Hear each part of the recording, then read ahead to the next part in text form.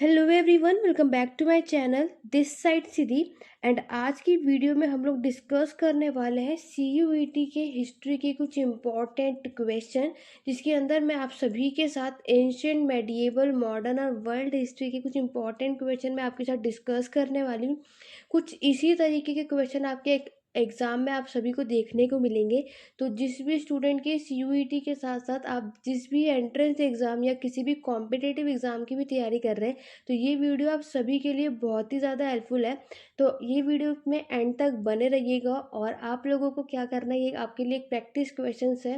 मैंने पूरी कोशिश करी कि मैं उन्हीं तरीके के क्वेश्चंस आपके यहाँ पर मैं रख सकूँ जिस तरीके के आपके एग्जाम में क्वेश्चंस पूछे जाएंगे। और चारों सब्जेक्ट यानी कि एंशियंट, मेडिएवल, मॉडर्न और वर्ल्ड, इन चारों तरीके के इनसे रिलेटेड जो भी इम्पॉर्टेंट टॉपिक है, इनसे रिलेटेड क्वेश्चन आपको इस वीडियो में देखने को मिलने वाला है। इससे पहले भी हम ऑलरेडी बहुत से प्रैक्टिस क्वेश्चंस की वीडियोस या लेक्चर्स में ले चुकी हूँ। अगर आप में से किसी ने भी वो वीडियोस नहीं देखी हैं तो प्लेलिस्ट में जाकर के चेकआउट ज़रूर कीजिएगा। तो चलिए अपने आज की वीडियो को स्टार्ट करते हैं। वीडियो को स्टार्ट करने से पहले एक बार जल्दी से, जिसने भी वीडियो को लाइक और शेयर नहीं किया है, एक बार जल्दी से लाइक शेयर कर दीजिए।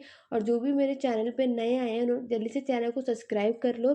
बेल आइकन ज़रूर प्रेस करना ताकि आगे के लेक्चर जब भी अपलोड हो चैनल पर, तो नोटिफिकेशन आप सभी को टाइम टू टाइम अपडेट मिलते रहें। तो चलिए अपने आज की क्लास को स्टार्ट करते हैं और देखते हैं कि सीयूईटी में हिस्ट्री से रिलेटेड किस तरीके से क्वेश्चन आपको आपके एग्जाम में देखने को मिलने वाले हैं।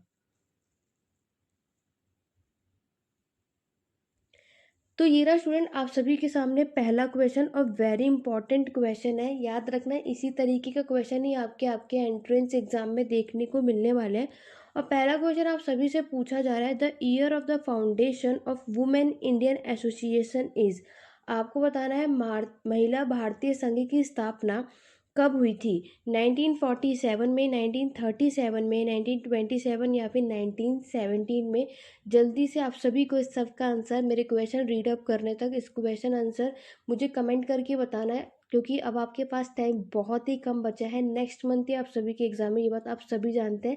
तो आप सभी का रिस्पांस, पार्टिसिपेशन बराबर होना चाहिए। अगर आप लोगों का रिस्पांस अच्छा रहा तो डेली आपको चैनल पे वीडियोस देखने को मिलेगी, और डेली इसी तरीके से मैं आप सभी को इम्पोर्टेंट क्वेश्चंस करवाती रहूँगी। उसके लिए आप सभी को क्या करना है, बस क्वेश्चंस के आंसर टाइम टू टाइम यहाँ पर देते रहना है, पार्टिसिपेट आपको बराबर करना है और चैनल पे बने रहना है। तो चलिए बात करते हैं कि अगर हमने देखा कि वुमेन इंडियन एसोसिएशन जो है, ये जो फाउंडेशन, ये संघ की स्थापना कब की गई थी, तो ये की गई थी आपकी 1947 में। तो इस क्वेश्चन का right answer option number D. तो जिन्होंने भी ऑप्शन नंबर डी बताया है, आप सभी बिल्कुल सही हैं। आगे बढ़ेंगे अपने। आप सभी जानते हैं कि हम क्वेश्चंस को करने के बाद मैं इसको एक्सप्लेनेशन के साथ आपको समझाती भी हूँ। तो जो भी नए स्टूडेंट्स हैं, आप लोग देख सकते हैं ताकि आपको ये सारे टॉपिक अच्छे से और क्वेश्चंस भी समझ में आए। तो यहाँ पर आप देख सकते हो, डेट भी पता होना चाहिए।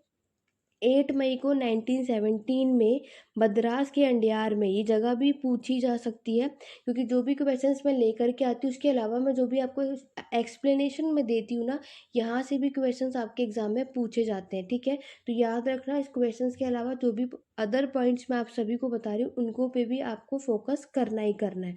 तो अगर हम बात करेंगे कौन सी डेट को, 8 मई 1947 को मद्रास के अंडियार में महिलाओं के एक बहुजातीय समूह ने महिला भारतीय संघ की स्थापना की थी। अगर हम बात करेंगे आपकी WIA यानी कि वुमेन इंडियन एसोसिएशन की, ये उन पहले संगठनों में से एक है जिसने भारतीय महिलाएं के सामाजिक और यौन उत्पीड़न की प्रतिशतता, गरीबी और राजनीतिक अधिकार यानी पेट्रियार्की, पॉवर्टी और पॉलिटिकल डिसएन डिसएनफ्रेंचमेंट से वंचित करने के साथ साहसपूर्वक जोड़ा था। तो ये आप सबसे पहले आप ये देख सकते हो, ये पहला ऑर्गेनाइजेशन है। ठीक है, उसका सब्जेक्ट भी पूछा सकता है कि ऑर्गेनाइजेशन, ये संगठन क्यों बनाया गया था, किस लिए बनाया गया था और कहाँ पर था। ये आपको मद्रास के अदियार जगह में, ये सारी चीज़ें याद रखनी चाहिए, जिसमें आपको पेट्रियार्की, पॉवर्टी और पॉलिटिकल से रिलेटेड यहाँ पे चीज़ें आपको देखने को मिलेंगी। क्लियर हो गया। तो चलिए अब आगे बढ़ते हैं अपने नेक्स्ट क्वेश्चन की तरफ। ये रहा आप सभी के सामने सेकंड क्वेश्चन, और ये वेरी इंपॉर्टेंट है। आप सभी को पता है कि आप किसी भी एंट्रेंस एग्जाम की तैयारी कर रहे हैं या कॉम्पिटेटिव, और हिस्ट्री से रिवोल्ट ऑफ इट, जो रिवोल्ट हुआ था ऑफ 1857 का यहाँ से कुछ भी क्वेश्चन ना पूछा जाए, ऐसा तो हो ही नहीं सकता है। तो अगर हम बात करेंगे आपके रिवोल्ट ऑफ 1857 से, ये पहला क्वेश्चन आप लोग यहाँ पे देख सकते हैं। आप सभी से पूछा गया है the act of 1858 India was to be governed. तो जब 1858 के अधिनियम के द्वारा भारत को किसके शासित किए जाने लगा? आपके ऑप्शंस है कंपनी के द्वारा, ताज के नाम पे द्वारा, या फिर by the board of director, या फिर in the name of governor general of India. तो जल्दी से बताइए, क्योंकि आप सभी को पता है रिवोल्ट ऑफ 1857 के बाद ये पावर सारी किसको दे दी गई थी। तो ये क्वेश्चन का आंसर आप सभी को अच्छे तरीके से पता होगा, और आपने इस टॉपिक को भी बहुत अच्छी तरीके से रिवोल्ट ऑफ 1857 को पढ़ा भी होगा, ठीक है। तो अगर जिसको थोड़ा बहुत भी डाउट हो या क्लियर नहीं होगा, तो आप लोग इस रिवोल्ट ऑफ 1857 के टॉपिक को जाके ज़रूर पढ़िए, जहाँ भी आपने इसका नोट्स बनाया होगा। अगर हम बात करेंगे 1858 के अधिनियम द्वारा भारत को शासित किए जाने लगा आपके in the name of the crown, यानी ताज के नाम पर, यानी सारी सत्ता आपके ब्रिटिशर्स को दे दी गई थी। तो इस क्वेश्चन का राइट आंसर आपका ऑप्शन नंबर बी है। इसका एक्सप्लेनेशन मैं आपको नेक्स्ट स्लाइड पे दिखाती हूँ। अगर आपका जो गवर्नमेंट एक्ट ऑफ इंडिया था 1850 एक्ट के थ्रू, जो कि आपका कब हुआ था, अगस्त 2 अगस्त 1858 को, डेट याद रखना, ठीक है। 2 अगस्त 1858 को पारित यूनाइटेड किंगडम की संसद का एक अधिनियम था, ठीक है। Was an act of the parliament of the United kingdom. इसकी प्रावधानों ने ब्रिटिश ईस्ट इंडिया कंपनी, जो अब तक संसद के तत्वावधान में ब्रिटिश भारत पर शासन कर रही थी, के परिसमापन और उसके कार्य को ब्रिटिश क्राउन के हस्तांतरित करने का आह्वान किया गया, ठीक है। तो सारा का सारा आपका जो ट्रांसफ़र है, सारी सी सारी पावर आपकी ईस्ट इंडिया कंपनी की किस पे चली गई थी, आपकी ब्रिटिश क्राउन को। क्लियर हो गया। आगे बढ़ेंगे अपने नेक्स्ट क्वेश्चन की तरफ। नेक्स्ट क्वेश्चन ये रहा आप सभी के सामने। थर्ड क्वेश्चन आप सभी ने बहुत बार अपने प्रीवियस ईयर क्वेश्चंस पेपर में देखा भी होगा। आपसे क्वेश्चन पूछा है, with reference to medieval India which one of the following is correct sequence ascending order in terms of size. तो आपको छोटे से बड़े क्रम में इसको लगाना है। परगना सरकार सूबा, या फिर सरकार परगना सूबा, या सूबा सरकार परगना, या परगना सूबा सरकार। यहाँ पे गलतियाँ बहुत ज़्यादा हो सकती हैं, ठीक है। ये टर्म आपकी होती हैं, आप सभी ने एडमिनिस्ट्रेशन सिस्टम पढ़ा होगा। तो एडमिनिस्ट्रेशन सिस्टम की कुछ यूनिट्स होती हैं, ठीक है, और इन सब के कुछ काम होते हैं। आपको इसी को असेंडिंग ऑर्डर में लगाना है, और इस तरीके के क्वेश्चंस भी आपसे पूछे जाते हैं। अदरवाइज हम बात करें, जो मैंने लास्ट कुछ वीडियोस कराई हैं उसमें भी कुछ इस तरीके के क्वेश्चन मैंने आपको करवाए हुए हैं, लेकिन वहाँ कुछ अलग तरीके से क्वेश्चंस पूछा गया था, ठीक है। सिंगल सिंगल भी पूछा जाता है कि एडमिनिस्ट्रेशन का ये टर्म किसके लिए यूज़ किया गया था, या कौन सा ऑफिसर किस एडमिनिस्ट्रेशन को संभालता था। तो आप लोग अगर हिस्ट्री कर रहे हैं, तो आपको एडमिनिस्ट्रेशन सिस्टम आपके मौर्यन की, आपके गुप्ता की, दिल्ली सल्तनत की, मुगल्स की, इन सब के एडमिनिस्ट्रेशन आप सभी को अच्छे से आने चाहिए विद टर्म्स के साथ, ठीक है। वैदिक पीरियड में भी ये सारी चीज़ें, टर्म्स यहाँ पे वेरी इंपॉर्टेंट होते हैं आपके एग्ज़ाम पॉइंट ऑफ व्यू से। अगर हम बात करते हैं कि अगर यहाँ पर आपने इससे पहले, इस क्वेश्चन का आंसर बताने से पहले मैं आप सभी को यहाँ पर एक्सप्लेनेशन दिखाना चाहूँगी, फिर आप सब मुझे जल्दी से कमेंट करके बताना कि राइट सीक्वेंस क्या होगा। अगर हम बात करें आपकी मुग़ल एम्पायर जो है, मुग़ल एम्पायर का एडमिनिस्ट्रेशन सिस्टम देखोगे तो डिवाइड किया गया था किसमें, सूबा में, ठीक है। फिर आपके सूबा को और सब डिवाइडेड किया गया था, आपके सरकार, परगना और ग्राम। आप सभी को पता है ग्राम सबसे स्मॉलेस्ट यूनिट होती है। ये भी एक क्वेश्चन पूछा जाता है कि सबसे स्मॉलेस्ट यूनिट एडमिनिस्ट्रेशन सिस्टम की कौन सी होती है। तो याद रखना वो ग्राम होती है। मैक्सिमम टाइम ये एग्ज़ाम में क्वेश्चन पूछा जा चुका है। अगर हम आपकी बात करेंगे, सूबा आपकी एक टर्म है एक प्रोविंस की, यानी कि एक प्रांत के लिए ये शब्द है। सेकंड, अगर हम बात करेंगे आपके सूबा सरकार या जिलों में प्रभावित किया जाता है, सॉरी विभाजित किया जाता है, इसको डिवाइड किया जाता है। ये बात हमें समझ में आ गई कि सूबा आपका क्या है, एक प्रांत है, और आपकी सूबा को मैंने आपको क्या बताया, इसको भी सब डिवाइडेड किया जाता है। तो सब डिवाइडेड में इसको सरकार और आपकी डिस्ट्रिक्ट, ये दोनों की दोनों इसके अंदर आती है। फिर अगर हम आगे बात करेंगे, सरकार को आगे परगना या महलों में विभाजित किया जाता है, ठीक है। जो नेक्स्ट टर्म है आपकी सरकार, सरकार का भी सब डिवीजन होता है, तो ये परगना और महल, ये भी सिंगल सिंगल क्वेश्चन पूछा जाएगा, याद रखना। तो ओवरऑल अगर आप देखोगे तो टोटल इसके पास 12 सूबे थे, जिन्हें अकबर के शासनकाल के दौरान 15 तक बढ़ा दिया गया था। ठीक है, वेरी इंपॉर्टेंट है, ये भी चीज़ें आपसे एग्जाम में पूछी जाती है। देखो पहले तो मुगल के समय पर जितने भी, अकबर से पहले जितने भी रूलर थे, ठीक है, यानी कि आपके बाबर हुए, आपके हुमायूं हुए, ये सारे के सारे अकबर से पहले इन दोनों के समय पर 12 सूबे थे। लेकिन जब आपके अकबर का समय आता है, ठीक है, इसके बाद अकबर का समय आता है, तो अकबर जब यहाँ आएगा तो इसके समय पर ये बढ़ के 15 हो चुकी थी। ये चीज़ भी पूछी जाती है, क्योंकि हमने बात करी कि एक ही क्वेश्चन की आपको प्रिपरेशन नहीं होनी चाहिए, इसके अलावा और किस तरीके के क्वेश्चन बनते हैं या बन सकते हैं वो भी मैं आपको साथ साथ बताती रहूँगी। इसलिए वीडियो को स्किप नहीं करना है, ध्यान से समझना है। तो आपने यहाँ पर देखा कि हमने एक बात यहाँ पे समझ में आ गई, जो आपका सूबा है इसी को सब डिवाइडेड किया गया, आपके सरकार, परगना और ग्राम। ग्राम मैंने आप सभी को बताया कि ये एक स्मॉलेस्ट यूनिट होती है एडमिनिस्ट्रेशन सिस्टम की। सेकंड अगर हम बात करेंगे तो सूबा आपका एक प्रांत है, प्रोविंस है। ठीक है, फिर अगर हम बात करेंगे जो आपका प्रोविंस है, यानी कि इसको भी सब डिवाइडेड किया गया था आपके सरकार में और आपके डिस्ट्रिक्ट में। वेरी इंपॉर्टेंट है, इसको याद रखना। फिर जब आपने देखा कि सरकार यहाँ पर है ना, सरकार और डिस्ट्रिक्ट, फिर सरकार अगर आप पढ़ोगे तो सरकार को भी डिवाइड किया गया आपके परगना में और महल में। ठीक है, तो इस तरीके के टर्म आप सभी को पता होना चाहिए। चलिए अपने क्वेश्चन की तरफ वापस चलते हैं, और अब आप सभी को जल्दी से आंसर बताना है, क्योंकि अब आप सभी ने इसे पढ़ लिया है। आपको इसको असेंडिंग ऑर्डर में लगाना है। असेंडिंग ऑर्डर आप सभी को पता है छोटे से बड़ा होता है। तो अब मैंने आप सभी को समझा दिया, तो जल्दी से कमेंट करके बताइए कि इस क्वेश्चन का राइट आंसर क्या होगा। सबसे छोटे से बड़ा आप सभी को लगाना है। तो हमने अभी देखा कि परगना सबसे छोटा है, उसके बाद आपका क्या है, सरकार, और फिर सूबा। तो इस क्वेश्चन का right answer option number A होगा, क्योंकि आपका सूबा ही डिवाइडेड था ना आपके सरकार, परगना और ग्राम में। ठीक है, क्योंकि अभी इसलिए मैंने आपको पहले एक्सप्लेनेशन दिया ताकि आप इस क्वेश्चन का आंसर ईजिली से दे पाए। तो इसीलिए जिन भी स्टूडेंट ने ऑप्शन नंबर ए लगाया, आप सब बिल्कुल करेक्ट है। जो भी अगर इनका गलत हुआ है तो आप कंफ्यूज है, तो एक बार इसको दोबारा से वीडियो को यहाँ पर या तो उसका स्क्रीनशॉट ले लो, इसको पढ़ना, तब आपको क्वेश्चन का आंसर यहाँ पे करेक्ट समझ में आ जाएगा। क्लियर हो गया? चलिए अब आगे बढ़ते हैं अपने नेक्स्ट क्वेश्चन की तरफ।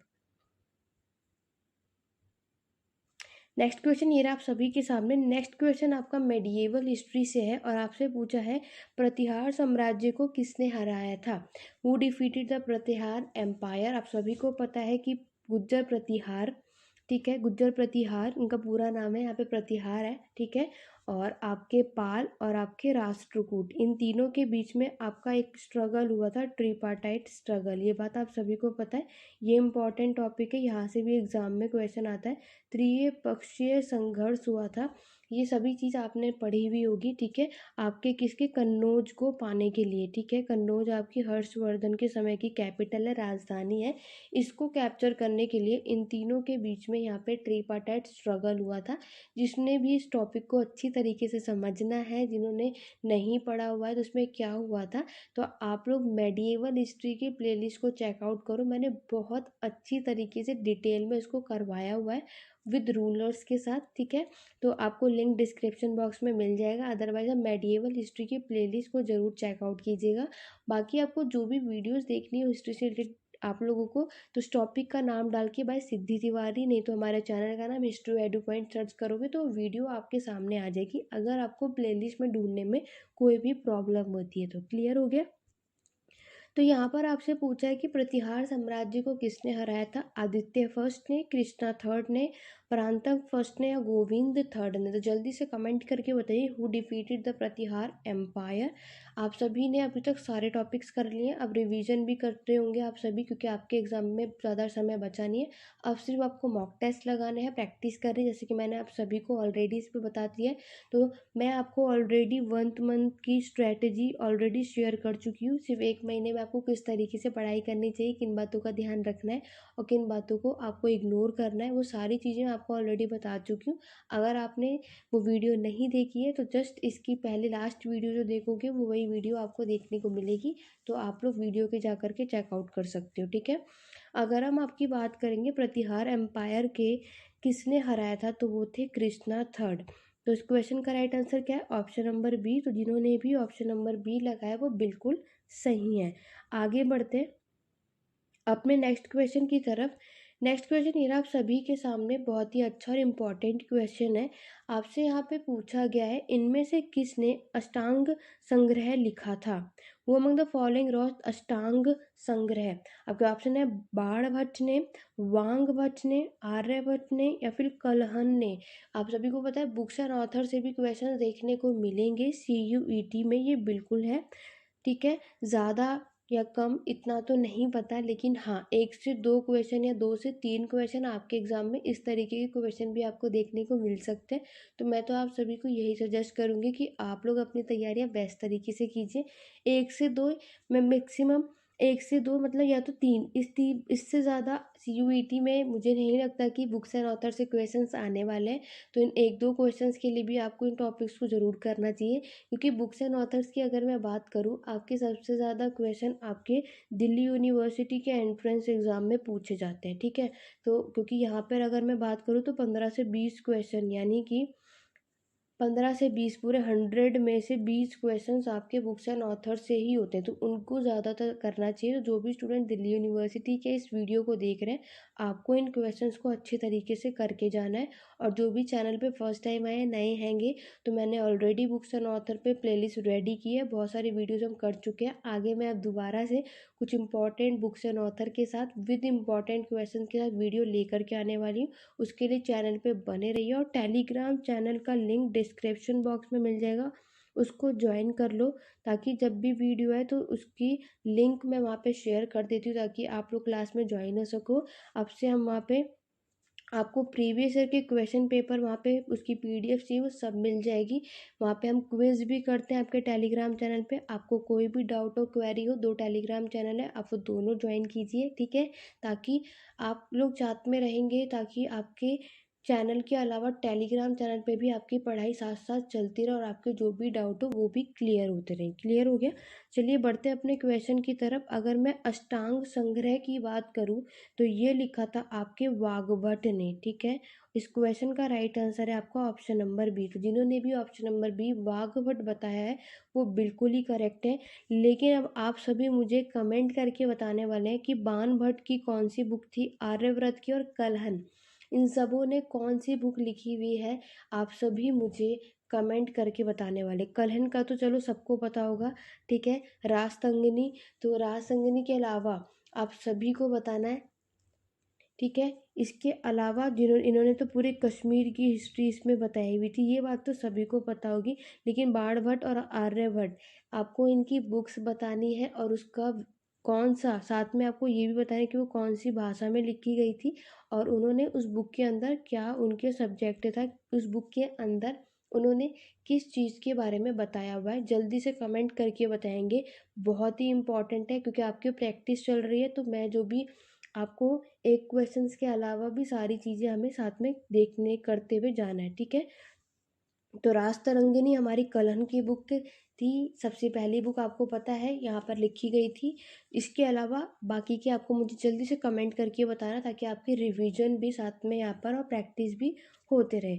आगे बढ़ेंगे नेक्स्ट क्वेश्चन की तरफ, उससे पहले इसका एक्सप्लेनेशन देख लेते हैं कि वाग्भट आयुर्वेद में सबसे प्रभावशाली शास्त्रीय लेखकों में से एक है। ठीक है, तो ये आपको पता होना चाहिए, क्लासिकल राइटर है ये आयुर्वेद के। लेखक के रूप में उनके नाम के साथ कई रचनाएं भी जुड़ी हुई हैं। ठीक है, देख लो ये 2 बुक हैं, दोनों में से कुछ भी पूछा जा सकता है। अभी मैंने आपसे अष्टासंग्रह पूछा था, लेकिन आपके एग्जाम में अष्टांग ग्रह हृदय संहिता भी पूछा सकता है। अष्टांग हृदय संहिता भी किसके द्वारा लिखी गई है? आपके वांग भट्ट के द्वारा। तो इनकी 2 रचनाएं हैं, ये दोनों आपको याद होनी चाहिए, दोनों ही पूछी जा सकती है, नहीं तो दोनों में से कोई भी एक पूछा जा सकता है। तो आपको ये दोनों ही याद होनी चाहिए, वेरी वेरी इंपॉर्टेंट है। क्लियर हो गया? चलिए अब आगे बढ़ते हैं अपने नेक्स्ट क्वेश्चन की तरफ। नेक्स्ट क्वेश्चन में आप सभी से पूछा है, मुगल एम्पायर से क्वेश्चन है। इसमें से आपको बताना है कि इनमें से कौन सा स्थान हुमायूं का जन्म स्थान है। वो among the following place is the birth place of Humayun. आपके ऑप्शन है आगरा, काबुल, बदखाशा या सासाराम। ये तो बहुत ही ईज़ी और सिंपल क्वेश्चन है, क्योंकि आपने मुगल एम्पायर का टॉपिक पढ़ा हुआ है, तो आपने सारे मुगल्स याद करे हुए होंगे कि उनका बर्थ कहाँ पे हुआ था, उनकी डेथ क्या हुई थी, उनका टाइम पीरियड क्या था, उनकी अचीवमेंट्स क्या थी, उन्होंने अपने अपने कौन से समय पर क्या क्या आर्किटेक्चर, आर्ट और आर्किटेक्चर करवाया था। ठीक है, ये सारी चीज़ें मुगल एम्पायर से रिलेटेड आप सभी को पता होनी चाहिए, वेरी इंपॉर्टेंट है। आर्ट और आर्किटेक्चर से रिलेटेड भी मैं वीडियोस ऑलरेडी बना चुकी हूँ, उसमें भी मैं क्वेश्चंस आपको करवा चुकी हूँ। ठीक है, इसी तरीके से और भी क्वेश्चंस हम आगे करने वाले हैं, लेकिन आप सभी को यहाँ पर बने रहना है, रिस्पॉन्स करते रहना, ताकि ये वीडियो आपको चैनल पे डेली देखनी है, तो आपको रिस्पॉन्स भी अच्छा करना पड़ेगा। क्लियर हो गया? अगर हम बात करेंगे कि हुमायूं का जो जन्म स्थान है वो था आपका काबुल, तो इस क्वेश्चन का राइट आंसर था ऑप्शन नंबर बी। तो जिन्होंने भी ऑप्शन नंबर बी दिया है वो बिल्कुल करेक्ट है। आगे बढ़ेंगे नेक्स्ट। तो यहाँ पर आप एक्सप्लेनेशन के साथ पहले हम बात कर लेते हैं कि नसीरुद्दीन मोहम्मद, इनका टाइम पीरियड देख लो, 6 मार्च 1508 से 27 जनवरी 1556 उनका नाम से जाना जाता है। देखो ये दूसरा नाम बहुत इंपॉर्टेंट है, और ये भी एग्जाम में पूछा जाता है कि आपके हुमायूं का जो दूसरा नाम है नसीरुद्दीन मोहम्मद, ये पता होना चाहिए। ठीक है, क्योंकि इनके दूसरे नाम भी एग्जाम में पूछे जाते हैं। हुमायूं मुगल साम्राज्य का दूसरा सम्राट था।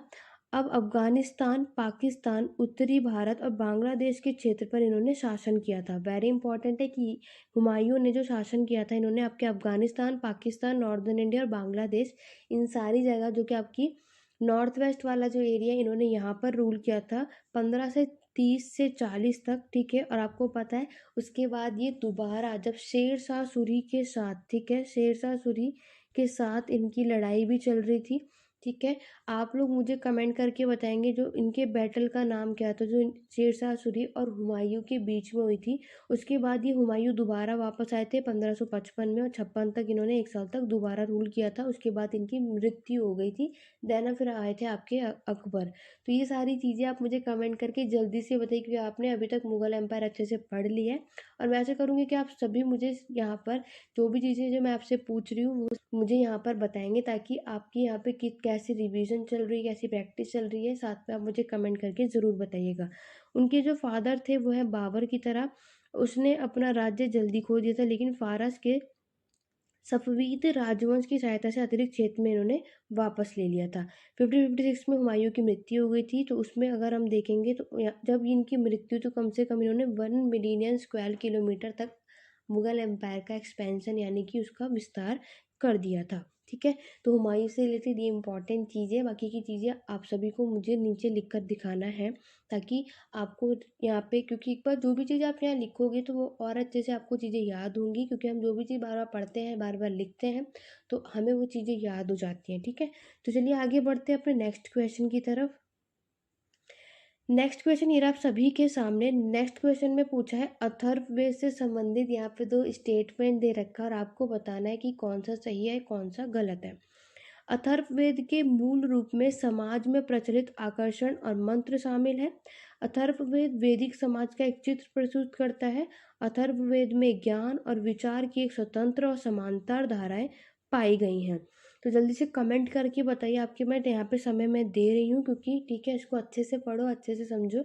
आप सभी ने ऋग्वेद, अथर्ववेद, यजुर्वेद और सामवेद, ये चारों वेद अच्छे से पढ़े हुए हैं। ठीक है, तो यहाँ पर आपसे स्टेटमेंट में अथर्ववेद मैंने पूछा, लेकिन एग्जाम में आपको यजुर्वेद, सामवेद, ऋग्वेद, इनसे रिलेटेड भी क्वेश्चन आपके एग्जाम में देखने को मिलेगा। तो आपको ये सारे वेद अच्छे तरीके से कर लेने। अगर हम अथर्ववेद की बात करेंगे तो Atharvaveda basically consist of charm and spell that were prevalent at the time in the society. Second point में पूछा गया Atharvaveda present a portrait of the Vedic society. One can find an independent and parallel stream of knowledge and thought in the Atharvaveda. आपके पास यहाँ options दे रखे हैं कि सिर्फ पहला स्टेटमेंट सही है या फिर दूसरा, या दोनों स्टेटमेंट सही है या फिर दोनों ही स्टेटमेंट गलत है। तो जल्दी से जल्दी कमेंट करके बताइए और कि अथर्ववेद का जो यहाँ पे 2 स्टेटमेंट दे रखे हैं, इसमें से कौन सा सही है और कौन सा नहीं। तो अगर हम बात करते हैं आपके अथर्ववेद की, तो अथर्ववेद की मूल रूप से समाज के प्रचलित आकर्षण मंत्र शामिल है, यानी कि इसमें चाम और आपके स्पेल्स, ये सारी चीज़ें मंत्र ये सब शामिल है। तो ये बात बिल्कुल सही है। आपको पता है कि अथर्ववेद जो बुक वेद देखने को मिलता है, इसके अंदर हमें सारे मंत्र देखने को मिलते हैं। सेकंड पॉइंट कह रहा है कि अथर्ववेद वैदिक समाज का एक चित्र प्रस्तुत करता है। अथर्ववेद में ज्ञान और विचार की एक स्वतंत्र और समांतर धाराएं पाई गई हैं। तो ये बात भी बिल्कुल सही है। इसलिए इस क्वेश्चन का आंसर क्या है? Option number C, both first and second statement are true. Clear हो गया? तो जिन्होंने भी इस क्वेश्चन का आंसर ऑप्शन नंबर सी बताया, आप सभी बिल्कुल सही है। तो चलिए अब आगे बढ़ते हैं अपने नेक्स्ट क्वेश्चन की तरफ।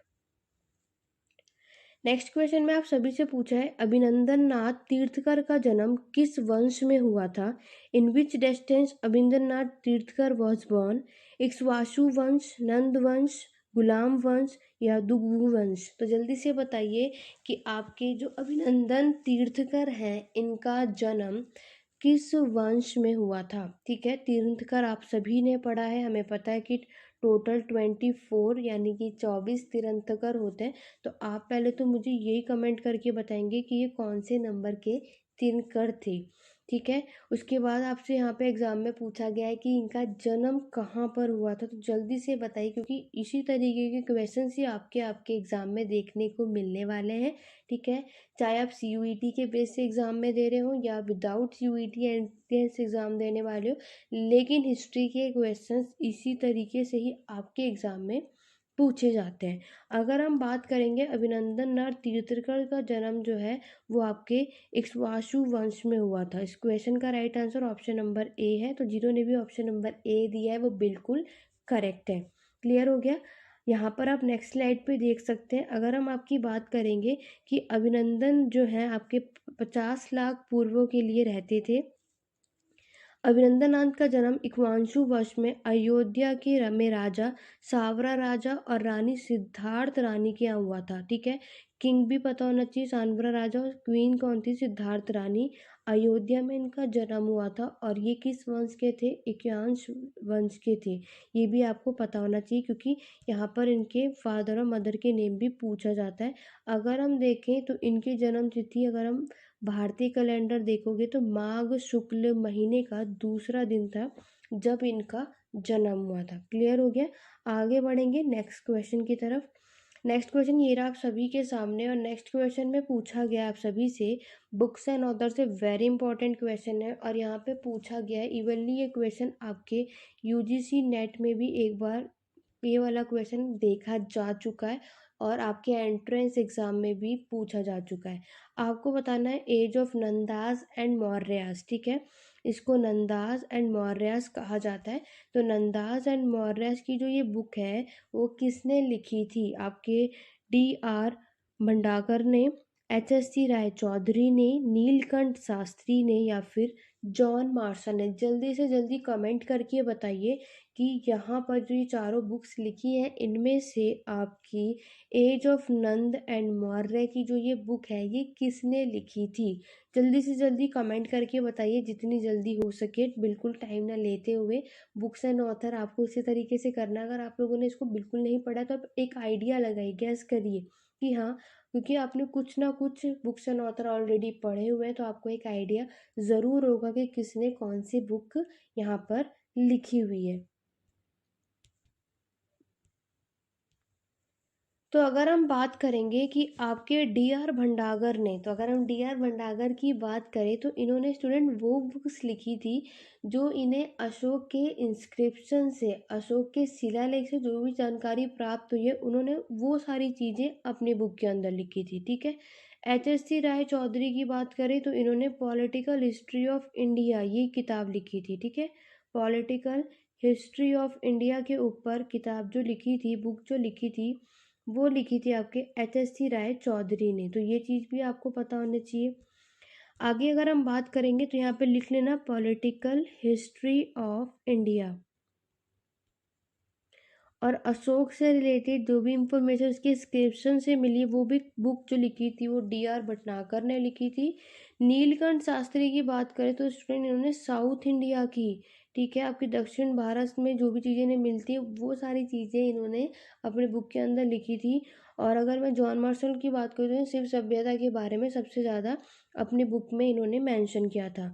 तो इस क्वेश्चन का राइट आंसर है आपका नीलकंठ शास्त्री कि एज ऑफ नंद मौर्य ने साउथ इंडिया के इतिहास को तो अपने लिखा था, लेकिन जो दूसरी बुक लिखी थी वो आपके एज ऑफ नंदर मौर्य भी नीलकंठ शास्त्री ने लिखी थी। तो इस क्वेश्चन का राइट आंसर क्या है आपका ऑप्शन नंबर सी।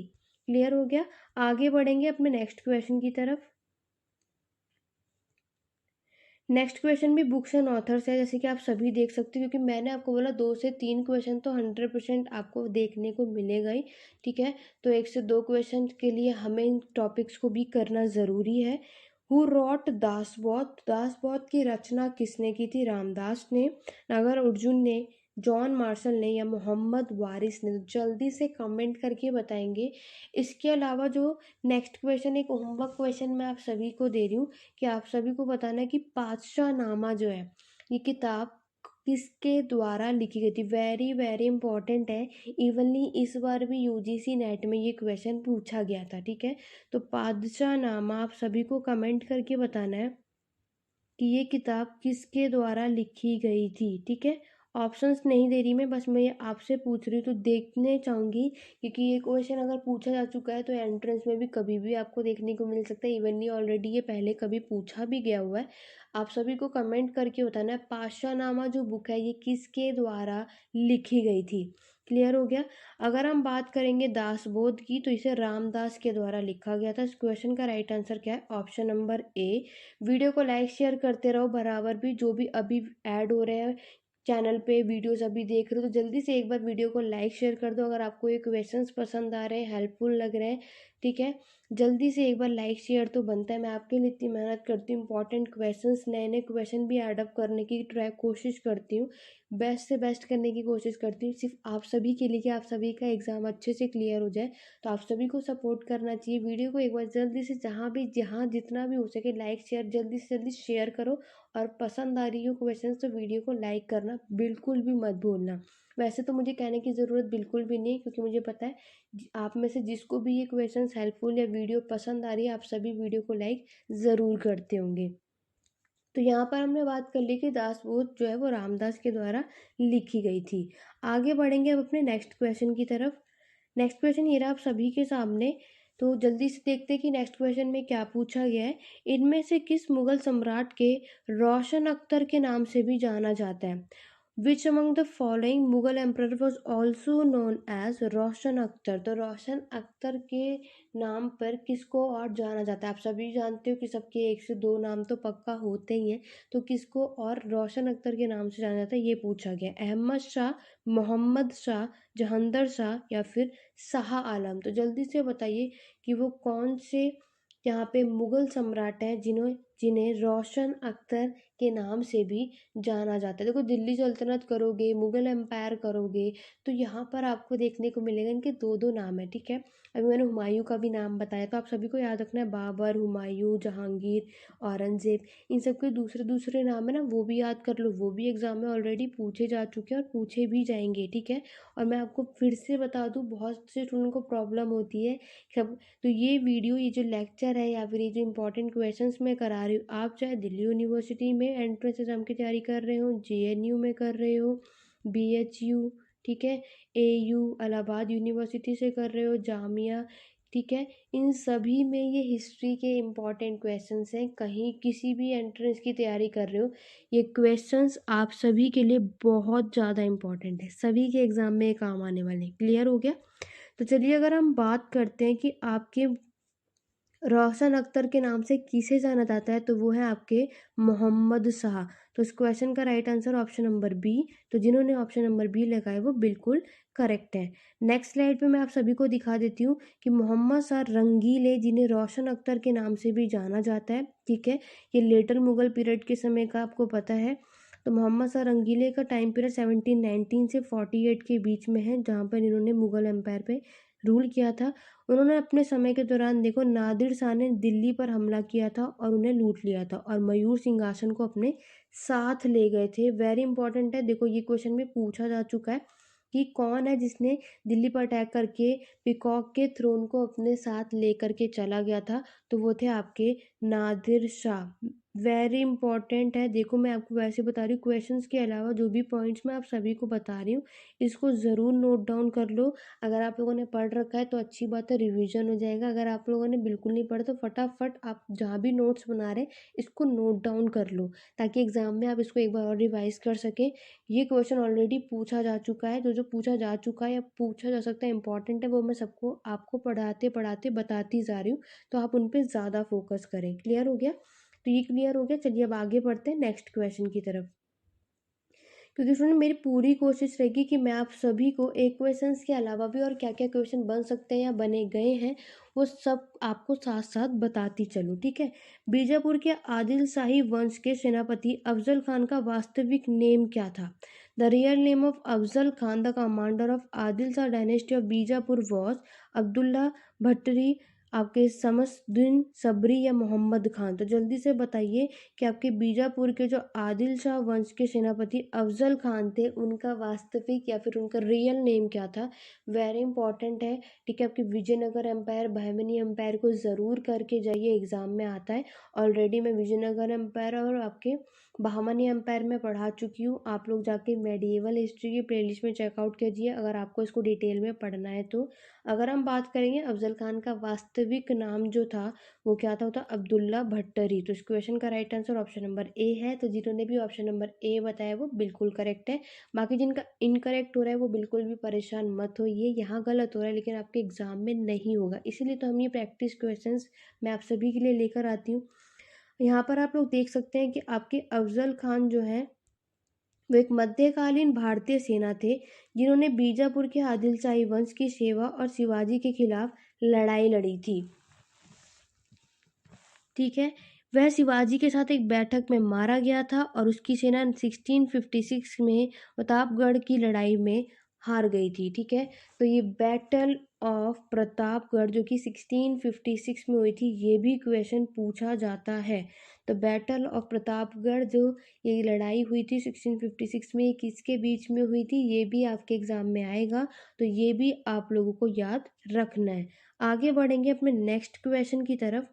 नेक्स्ट क्वेश्चन ये आप सभी के सामने और आपसे पूछा जा रहा है, who among the following was the venue of INA trial, यानी निम्नलिखित में से कौन सा आईएनए परीक्षण का स्थल है? आपका ऑप्शन है कलकत्ता उच्च न्यायालय, सुप्रीम कोर्ट, संघीय न्यायालय या फिर लाल किला। तो जल्दी से कमेंट करके बताइए कि आईएनए का ट्रायल जो है उसका वेन्यू कौन सी जगह थी? Calcutta high court, supreme court, federal court या फिर रेड फोर्ट। तो अगर हम बात करेंगे आपकी आईएनए ट्रायल का जो वेन्यू है वो था आपका रेड फोर्ट, लाल किला। तो इस क्वेश्चन का राइट आंसर क्या है आपका? Option number D. तो जिन्होंने भी ऑप्शन नंबर डी बताया वो बिल्कुल करेक्ट है।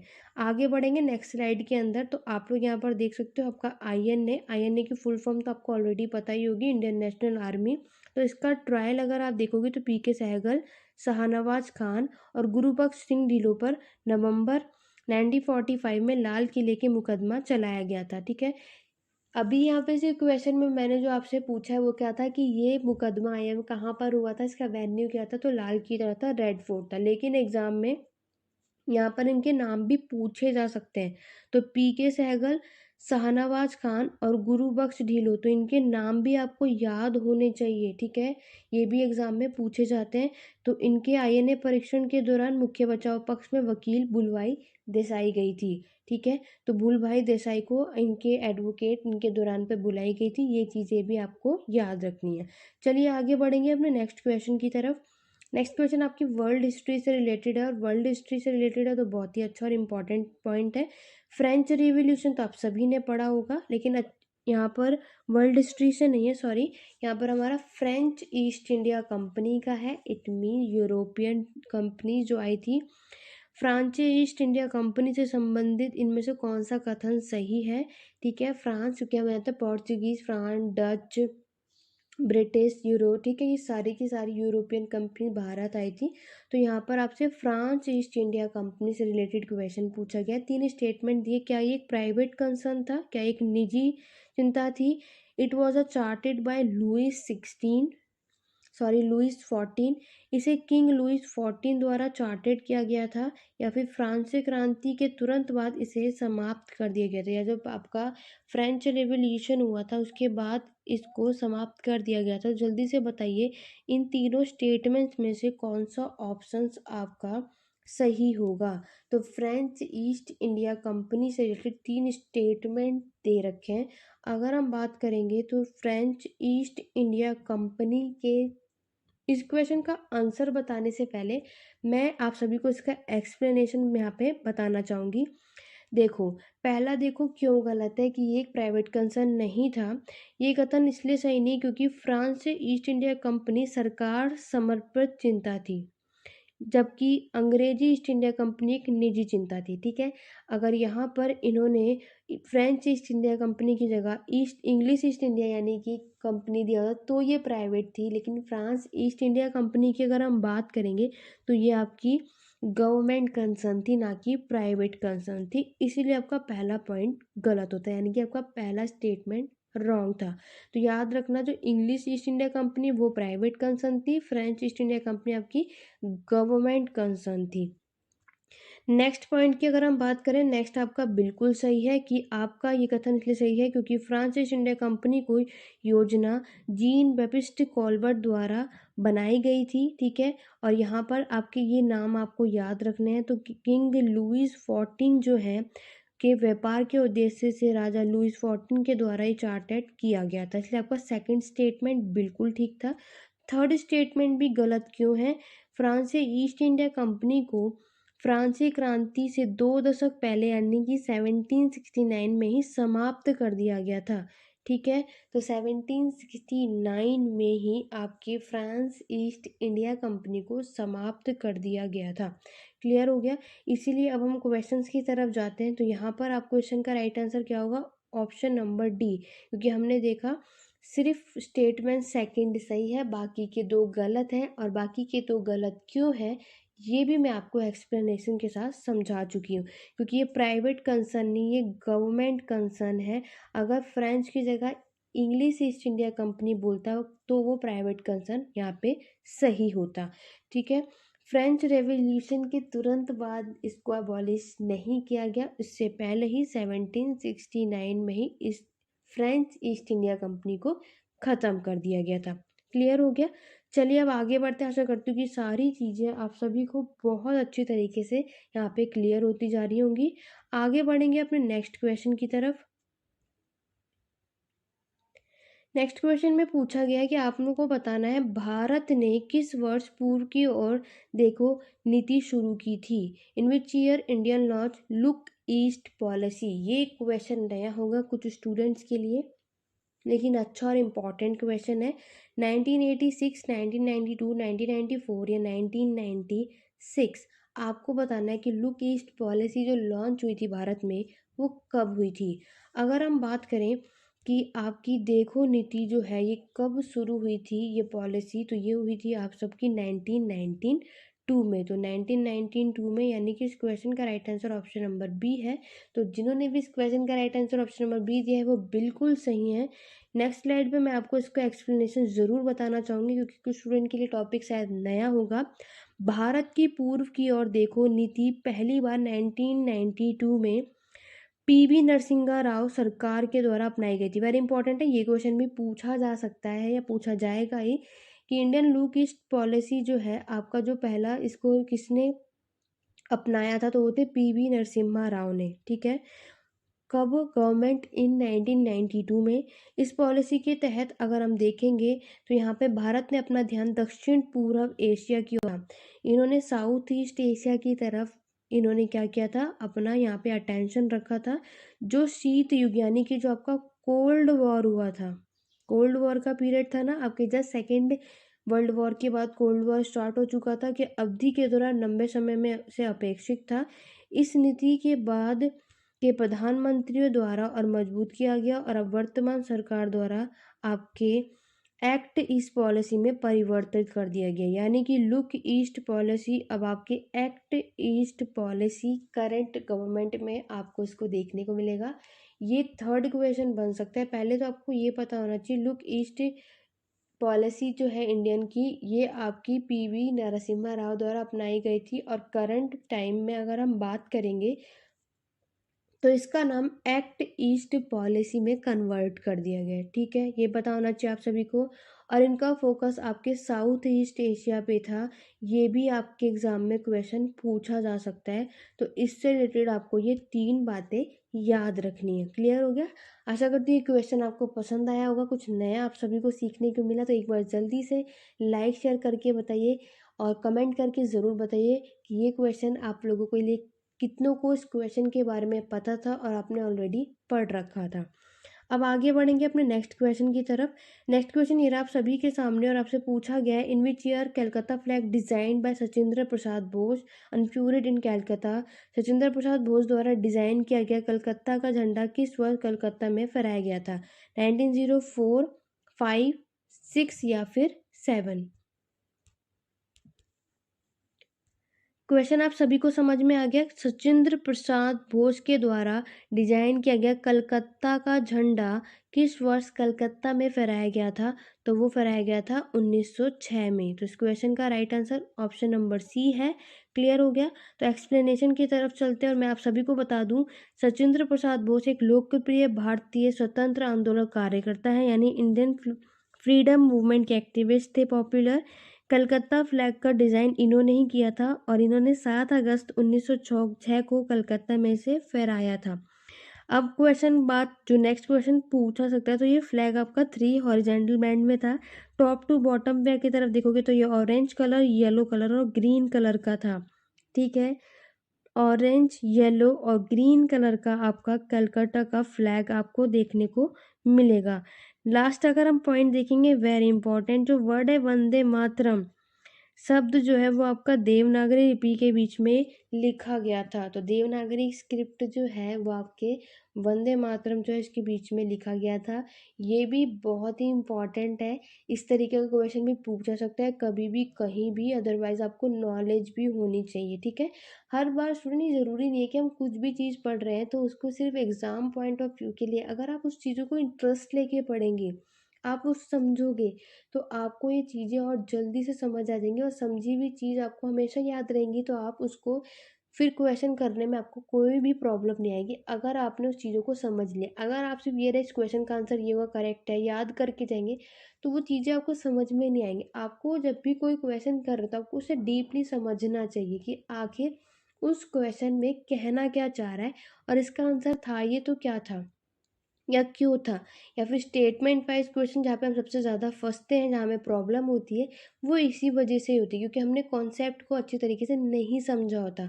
अगर आप हिस्ट्री पढ़ रहे हैं तो आपको उसके कॉन्सेप्ट को डिटेल में आप सभी को पता होना चाहिए ताकि आप फिर उसको ईजिली से कर पाओ। क्लियर हो गया? आगे बढ़ेंगे नेक्स्ट क्वेश्चन की तरफ। नेक्स्ट क्वेश्चन ये रहा आप सभी के सामने, the dual government introduce by Pitt India act continue to operate in India until it was abolished by which of the following law। आपको यहाँ पूछा है पिट इंडिया एक्ट के द्वारा शुरू की गई दोहरी सरकार भारत तब तक चलती रही जब तक कि इसे इनमें से किस कानून द्वारा समाप्त नहीं करा गया था। आपके ऑप्शन है government of Indian act 1858, charter act 1853, Indian council act 1861 या इंडियन काउंसिल एक्ट 1901। तो इस क्वेश्चन का आंसर आप सभी मुझे कमेंट करके बताने वाले हैं क्योंकि आप सभी को पता है कि कुछ क्वेश्चंस के आंसर आप सभी को देने होते हैं और आपका ये होमवर्क का क्वेश्चंस है। तो आप सभी इस क्वेश्चन का आंसर मुझे कमेंट करके बताएंगे। एक क्वेश्चन और है आप सभी के लिए होमवर्क का क्वेश्चन। आज की वीडियो में मैंने आप सभी के लिए 2 होमवर्क का क्वेश्चन रखा है।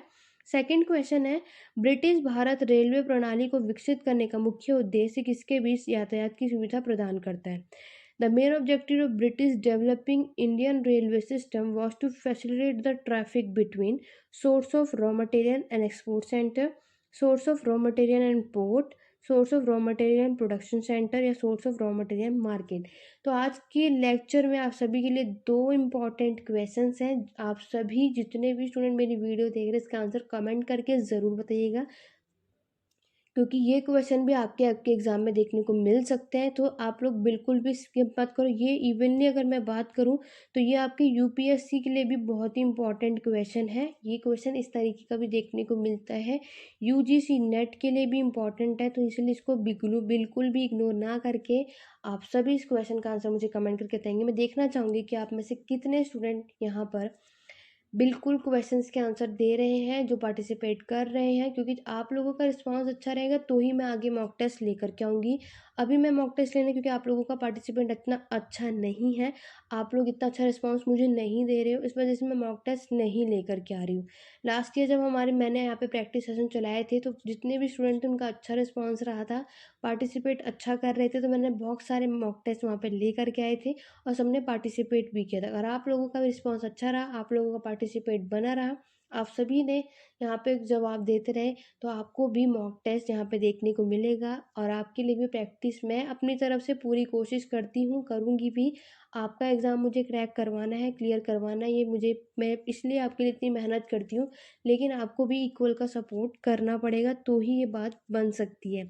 तो स्टूडेंट, आज की वीडियो में कुछ अच्छे और इम्पॉर्टेंट क्वेश्चन, आशा करती हूँ आपके लिए वीडियो बहुत अच्छी लगी होगी। तो कमेंट करके ज़रूर बताइए कि आज की वीडियो में आप सभी ने कितना स्कोर किया और कितने नए नए क्वेश्चंस आप लोगों ने सीखे। लाइक शेयर कमेंट करना बिल्कुल भी मत भूलना, और अभी तक चैनल को सब्सक्राइब नहीं किया, चैनल को सब्सक्राइब कर दो, बेल आइकन जरूर प्रेस कीजिएगा। टेलीग्राम चैनल का लिंक, डाउट कोई भी क्वेरी है आपको स्टडी से रिलेटेड, आप मुझसे पूछ सकते हैं टेलीग्राम चैनल पे। इवनली और आपको पीडीएफ चाहिए, बुक, क्विज, इन सब के लिए दोनों टेलीग्राम चैनल को आपको ज्वाइन करना है, और ज़्यादा से ज़्यादा जितना ज़्यादा हो सके सारे वीडियोस को आप लोग शेयर ज़रूर कीजिएगा। और आज की वीडियो कैसी लगी कमेंट करके ज़रूर बताइएगा। मिलते हैं अपने नेक्स्ट वीडियो में और भी अच्छे इंपॉर्टेंट क्वेश्चंस के साथ। आज की वीडियो में बस इतना ही। Thank you for watching.